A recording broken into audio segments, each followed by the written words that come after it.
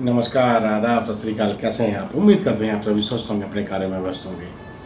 दोस्तों, अक्सर लोग भूल जाते हैं फ़र्ज़। फ़र्ज़ क्या होता है? फ़र्ज़ क्या करता है? और फ़र्ज़ क्यों निभाना होता है? अक्सर हम अपने फ़र्ज़ को भूल जाते हैं, कभी लालच में, कभी स्वार्थ में, कभी आलस्य में, कभी उस फ़र्ज़ के प्रति दृढ़ता निभाने के लिए जो कुछ संघर्ष, जो जद्दोजहद करनी पड़ती है, इसके चलते आप अपने फ़र्ज़ से भटक जाते हैं। फ़र्ज़ को समझना ज़रूरी है। अक्सर लोग जो जॉब करते हैं, वो अपने मालिक के सामने तो अपनी ड्यूटी निभाने की कोशिश करते हैं, लेकिन मालिक के साइड होते ही वो अपनी ड्यूटी से भटक जाते हैं। बच्चे पेरेंट के सामने पढ़ाई तो करते हैं, लेकिन जैसे ही पेरेंट साइड हो जाते हैं, बच्चे अपनी पढ़ाई छोड़ देते हैं। एक बिजनेस करने वाला बच्चा अपने पेरेंट के साथ जब वो होम बिजनेस में एसोसिएट होता है, तो पेरेंट के साथ तो वो बिजनेस करता है, लेकिन जैसे ही पेरेंट्स का ध्यान हटता है, बच्चा अपनी दिशा भटक जाता है, अपने फ़र्ज़ को भूल जाता है। ऐसे ही स्टूडेंट्स और टीचर जब पढ़ाते हैं तो स्टूडेंट थोड़ा सा फोकस करते हैं, और जैसे ही टीचर साइड हो जाता है, स्टूडेंट्स अपने फ़र्ज़ से भटक जाते हैं।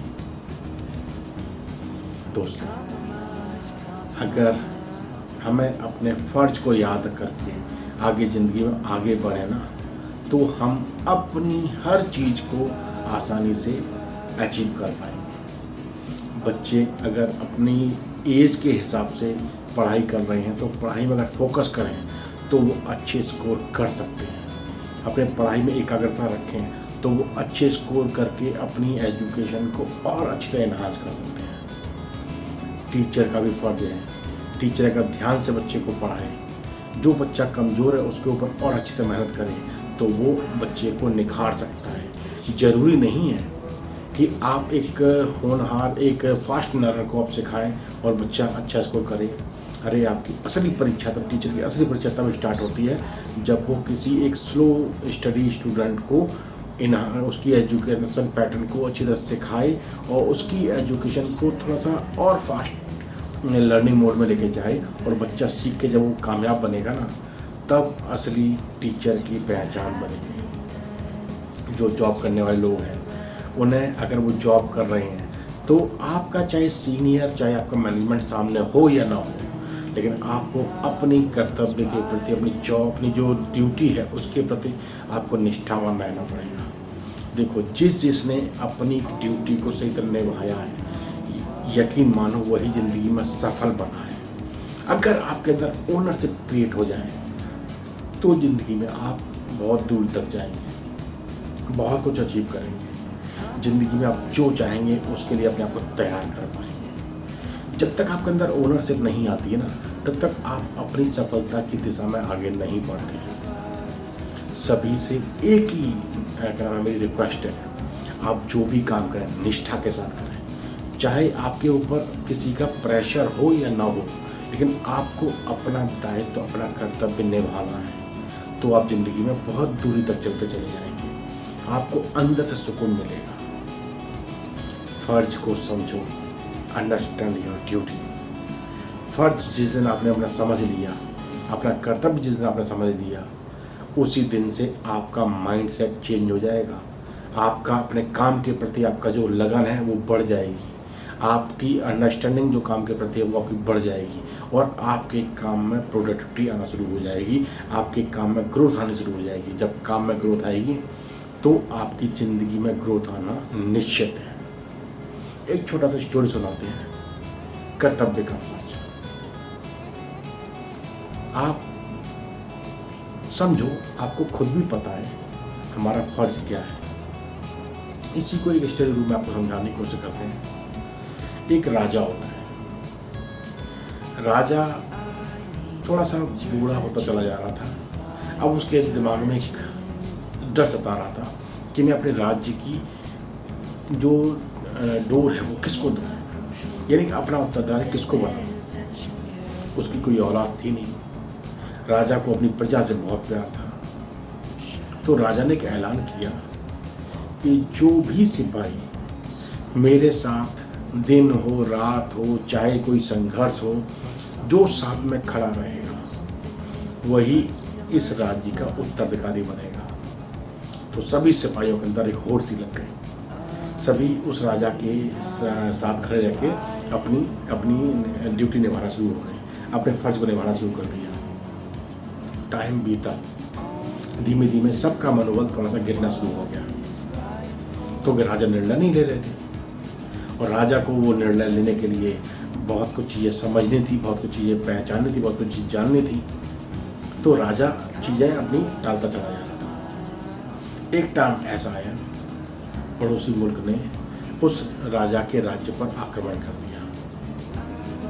तो जो सिपाही थे, जिनके अंदर लालच था, जिनके अंदर कुछ स्वार्थपन था, वो दूर भाग गए। लेकिन एक सिपाही जो वीरेंद्र था, वीरेंद्र वहाँ पर डटा रहा। बहुत उसे मुश्किलें आई, उसने डट के दुश्मन का सामना किया और अपने कर्तव्य के प्रति वो बिल्कुल सजग रहा, अपने कर्तव्य पर डटा रहा, अपनी ड्यूटी उसने समझी और अंततः उसने उन दुश्मनों को भगाया। राजा ने सब कुछ ऑब्जर्व किया। बाद में राजा ने उसी वीरेंद्र की पीठ थपथपाई और कहा कि तुमने अपनी ड्यूटी पूरी निष्ठा से निभाई है, तुम ही इस राज्य के उत्तराधिकारी बनोगे। और उस वीरेंद्र को उसने उत्तराधिकारी बनाया। दोस्तों, यहाँ पे वीरेंद्र भी अपनी ड्यूटी से भाग सकता था, अपने कर्तव्य से मुख मोड़ सकता था, लेकिन उसने नहीं मोड़ा। उसने अपने फर्ज को निभाया, अपनी ड्यूटी को निभाया और उसने राजा का साथ दिया और वो उस राज्य का उत्तराधिकारी बना और वो राजा बना। दोस्तों, ये कहानी ना आपकी असल ज़िंदगी में भी फिट बैठती है। आप जो भी काम कर रहे हैं, चाहे आप पढ़ाई कर रहे हैं, चाहे आप जॉब कर रहे हैं, चाहे आप बिजनेस कर रहे हैं, चाहे आप टीचिंग कर रहे हैं, चाहे आप खुद पढ़ रहे हैं, सबको अपनी ड्यूटी पता होनी चाहिए, सबको अपनी ड्यूटी के प्रति निष्ठावान रहना चाहिए। आपको अपना कर्तव्य समझ के जो कर रहे हैं उसको 100% करने की कोशिश करनी चाहिए। आप जिस काम पर करने जा रहे हैं, जिस काम को करने जा रहे हैं, उस काम को फोकस के साथ करें, उस काम पे पूरी तरह से अपनी निष्ठा दिखाएं, आलस्य भगाएं। चीज़ को जब तक आपका काम पूरा ना हो जाए तब तक उस पर टिके रहें, अपने काम से भटकें नहीं, आलस्य नहीं दिखाएं।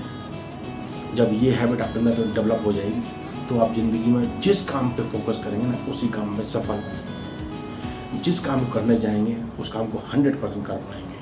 बस ये डिटर्मिनेशन, ये डेडिकेशन और ये आपकी काम के प्रति निष्ठा आपको शिखर तक लेके जाएगी। सोचो, अगर राम जी ने अपना कर्तव्य नहीं निभाया होता तो रामायण उनके नाम पर नहीं लिखी जाती। अगर कृष्ण जी ने अपना फर्ज नहीं निभाया होता तो आज आपका महाभारत में जो उनका रोल था, जो न्याय के प्रति उनकी जो और जो सीख उन्होंने दी समाज को, इस विश्व को, आज हम उनकी कितनी सारी लीलाओं को समझते हैं, सुनते हैं, उनको अपनी ज़िंदगी में उतारने की कोशिश करते हैं। राम कृष्ण जी की कितनी सारी खूबियाँ हैं, हम उनको अपनाने की कोशिश करते हैं, हम लोगों को सिखाते हैं, समझाते हैं, खुद भी सीखते हैं। यहीं पर अब्दुल कलाम जी ने अगर अपने फ़र्ज को नहीं समझा होता तो आज वो मिसाइल मैन के नाम से नहीं जाने जाते। यहीं पर अगर स्वामी विवेकानंद जी ने भारत की नाम रोशन नहीं किया होता, भारत का गुणगान नहीं किया होता विदेश समझा के, तो हमारी संस्कृति की पहचान नहीं बन पाती। तो ऐसे बहुत सारे एग्जाम्पल्स हैं। अगर इन्होंने अपनी कर्तव्य को समझा, अपनी निष्ठा के साथ कर्तव्य निभाया, तभी आज वो उस मुकाम तक पहुँचे और हम उनको याद करते हैं। तो ज़िंदगी में अपने फ़र्ज़ को निभाओ, अपने फ़र्ज़ को समझो और उस फ़र्ज़ के प्रति पूरी निष्ठा के साथ लगे रहो जब तक आप उस काम को सफलतापूर्वक नहीं कर लेते हैं।